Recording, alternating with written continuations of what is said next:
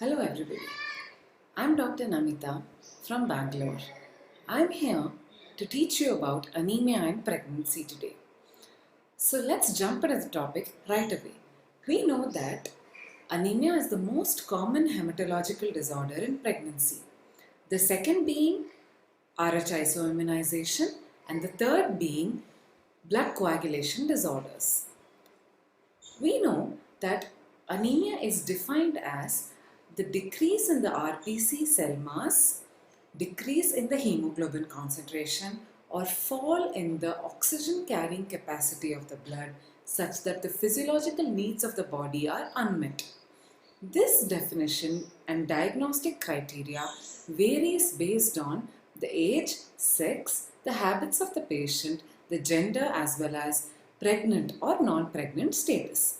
So it is clear that the diagnostic criteria will be different for pregnant individuals and non-pregnant individuals. So coming to the diagnostic criteria laid down by the World Health Organization, the hemoglobin, if it is less than or equal to 11 gram percent and hematocrit less than 32%, it can be diagnosed as anemia in pregnancy. We also know that pregnancy is a state of hemodilution, which peaks at 32 weeks of gestation. So, at any time in pregnancy, if the hemoglobin is less than 10 gram per deciliter, it is classified as anemia in pregnancy.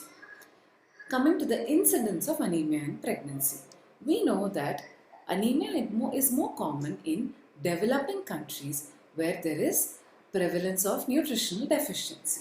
It's as high as 40 to 80%. But in developed countries where malnutrition and other deficiencies are uncommon relatively, the incidence of anemia is also 10 to 20% in pregnancy. The reason why we have to learn so much in detail about anemia in pregnancy is the fact that it leads to 20% of maternal deaths directly, and indirectly it contributes to another 20% of maternal mortality rate.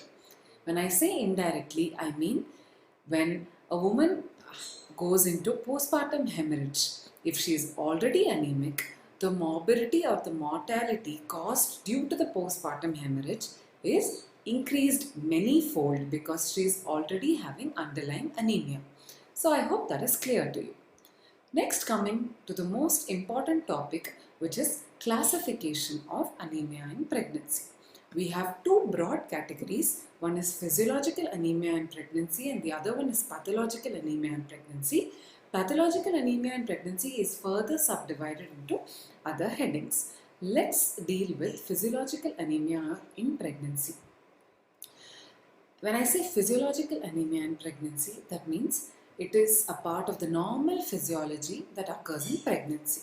So we know that the plasma volume increases by 40 to 50% of its pre-pregnant state in pregnancy. It attains a maximum peak at 32 weeks. So when somebody asks you, when is there a maximum increase in plasma volume in pregnancy, your answer should be 32 weeks. We also know that the RBC cell mass increases by 20% in pregnancy. So the plasma volume increases a lot, the RBC increases but not as much as the plasma volume. That leads to a relative hemodilution in pregnancy. So when there is hemodilution, there is fall in hemoglobin and fall in hematocrit in pregnancy. This becomes normal by 6 weeks postpartum. Also, another contributing factor to the physiological anemia in pregnancy is the fact that there is increased demand of iron in especially the second half of pregnancy. So whatever diet, iron-rich diet the woman takes, there will always be a physiological iron deficit state in pregnancy because of the increase in demand by the maternal tissue as well as the growing fetal tissue.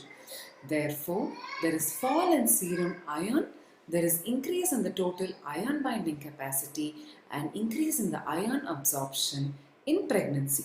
So these are the changes that occurs with respect to iron absorption. So what are the main two criteria based on which physiological anemia in pregnancy occurs is negative ion balance along with hemodilution. So these two criteria lead to physiological anemia in pregnancy.